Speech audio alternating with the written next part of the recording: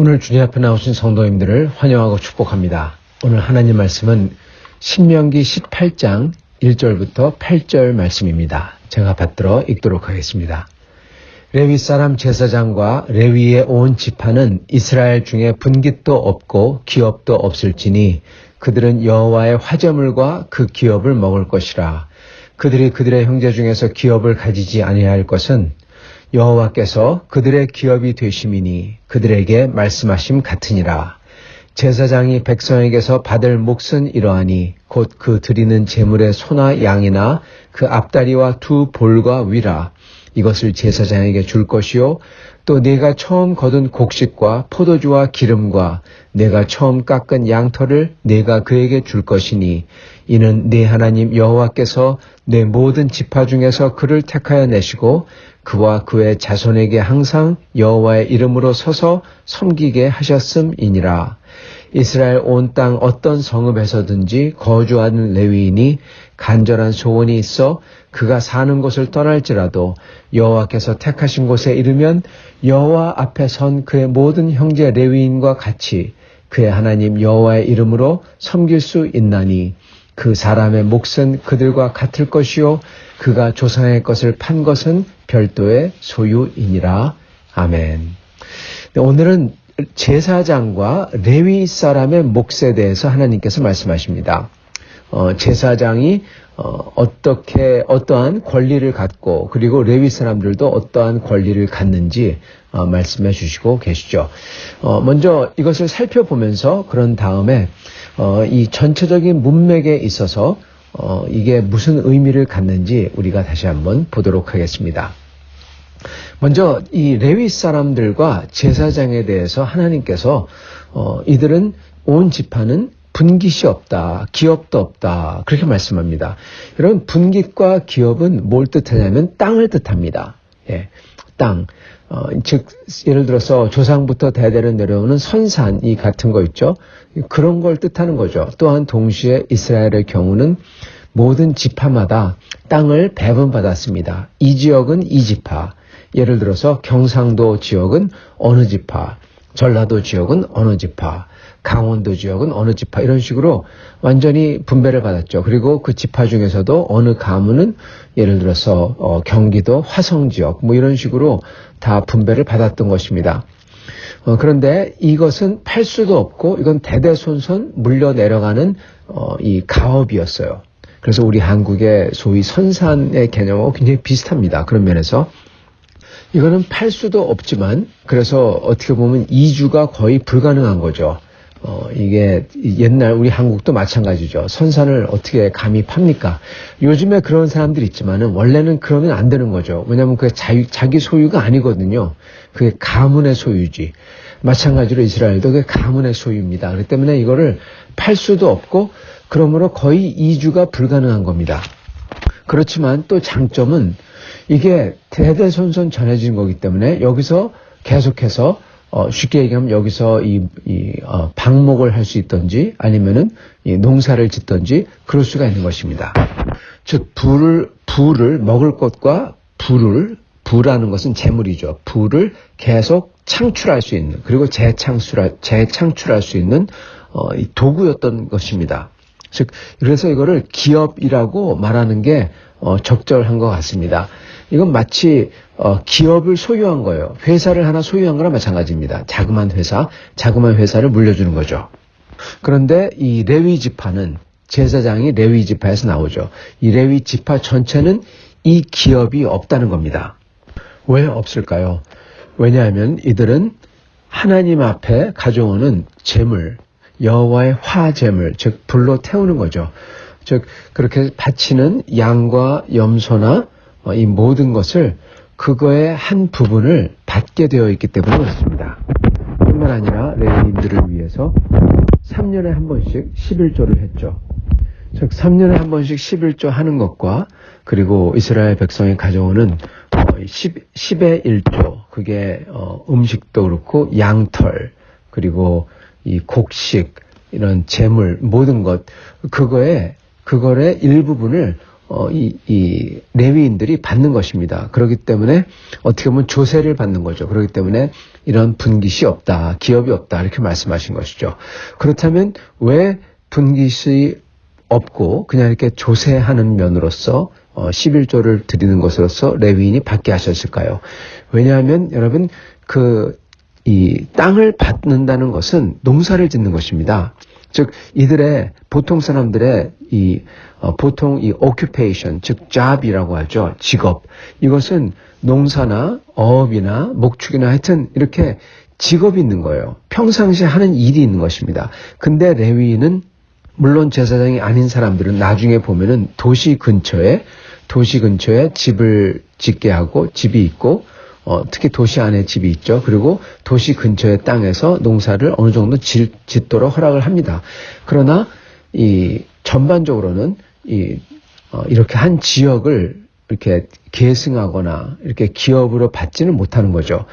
왜 그러냐면은 이들은 농사를 업으로 삼아 평상시에 농사를 계속하는 게 아니라 예배와 제사를 드리는데 그게 이들의 메인 잡이었어요. 일이었어요.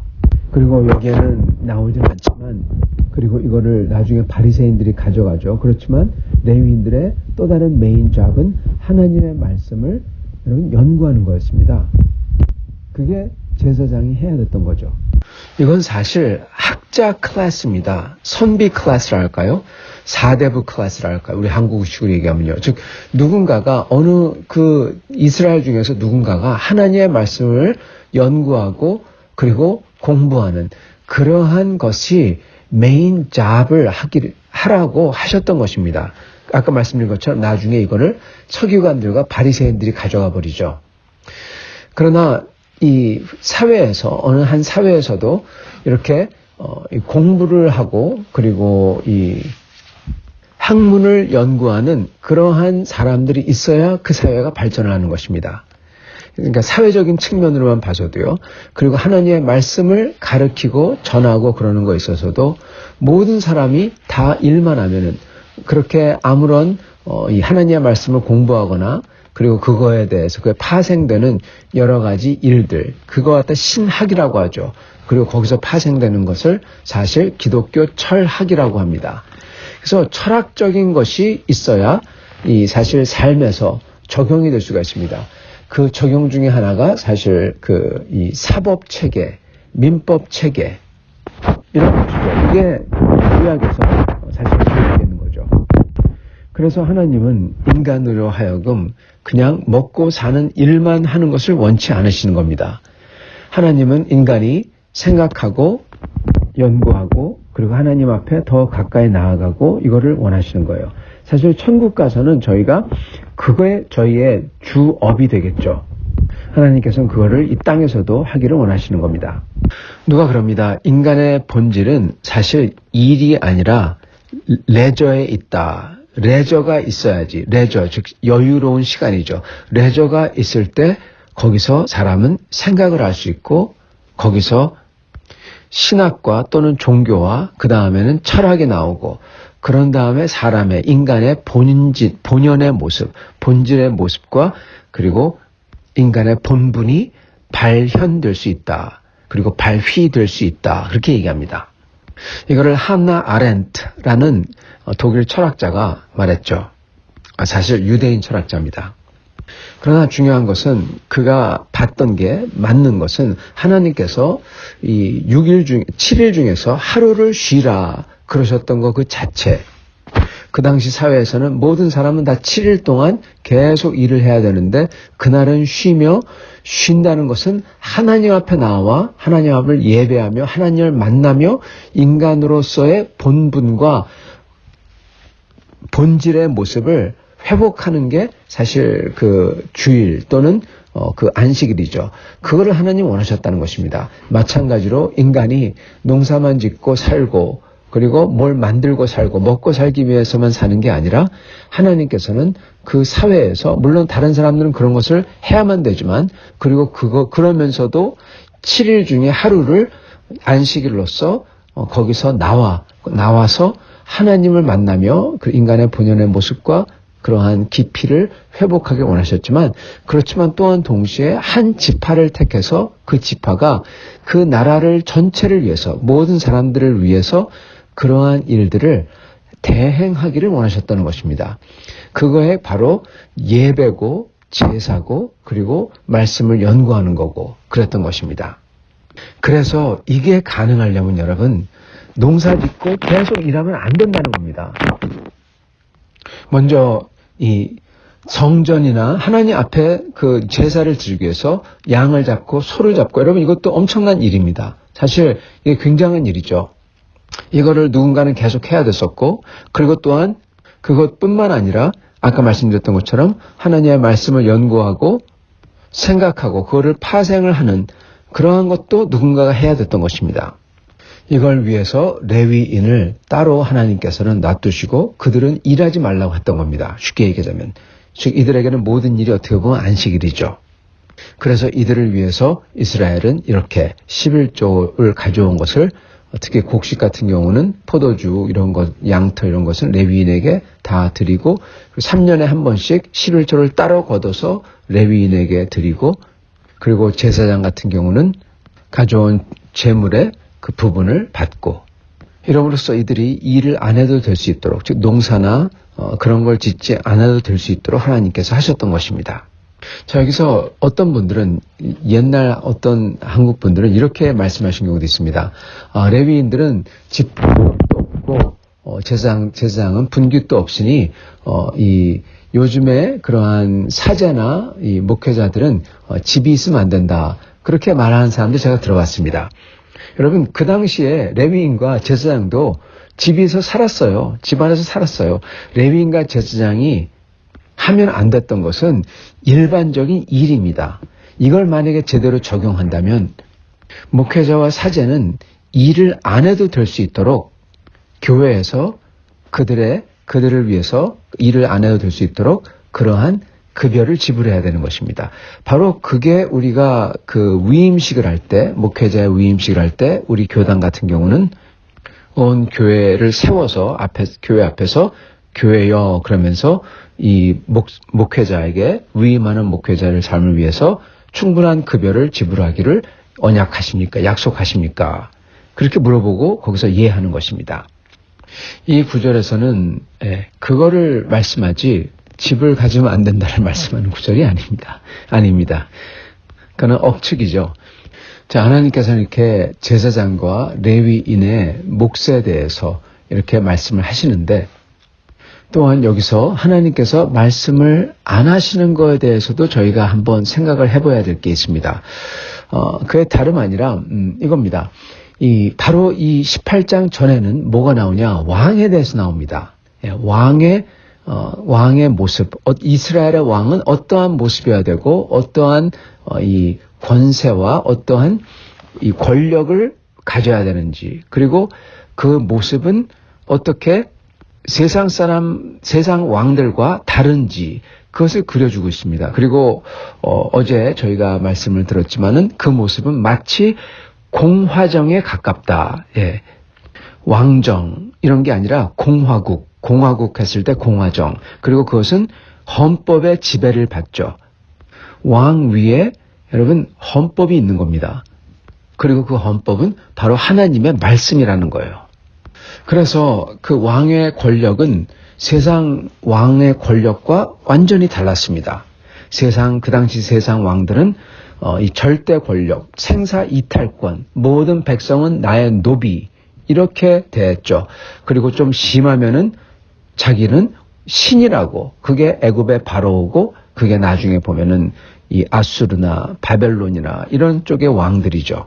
그러나 이스라엘은 하나님의 말씀, 즉 헌법 같은 그러한 조약에, 즉 성경의 구약이 바로 그 조약입니다. 하나님께서 하나님의 백성에 주신 조약, 이 조약에, 이 헌법문에 이 절대적으로 종속된, 그거에 지배를 받는, 그러므로 왕이나 다른 사람이나 그러면서 똑같은 평등한 그러한 제도라는 것입니다. 그렇기 때문에 이게 공화국과 되게 비슷하다는 겁니다. 그래서 왕의 권세도 세상 왕의 권세와 다르고 너무나 어떻게 보면 평등해요. 여러분 여기서 제사장을 한번 봐보시기 바랍니다.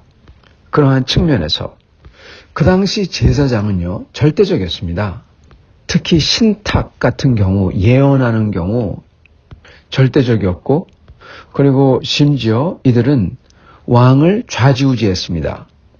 물론 이스라엘도 보면은 이 선지자의 말씀을 왕이 들어야 했지만은 그것과 이건 좀 다릅니다. 소위 이렇게 생각하시면 됩니다. 이스라엘은 여러분 신정국가라고 했잖아요. 하나님이 다스리는 국가. 여러분 신정국가 체계가 지금 현재 있는 나라가 있어요. 그게 어디입니까? 바로 이란입니다, 여러분. 이란은요, 그 호메이니, 그 사람이 얘기하는 대로 다 이 정치적인 권력은 다 말을 들어야 돼요. 그 호메이니가, 그 몰라가, 그 제사장 같은 사람이 모든 법을 다 제정합니다. 그리고 아주 높이 들려 올려줘요. 거치 우상화가 되죠, 거진. 여러분 이런 면에서 이스라엘은 신정국가가 아닙니다. 왜냐? 제사장은요 아무 힘이 없어요. 여기 보면요. 오직 제사에 관한 것만 합니다. 즉 예배에 관한 것만 해요. 물론 말씀을 연구하고 그걸 가리키고 그러지만 이들이 무슨 법을 제정하거나 이들이 왕에게 어디 가서 싸워야 된다 뭐 이렇게 말하거나 여기다가 예산을 더 많이 써야 된다. 여러분 그러지 않는다는 겁니다. 내일은 선지자에 대해서 볼 터이지만은 지금 보면요. 여기에 왕과 제사장과 선지자가 나뉘어져 있어요.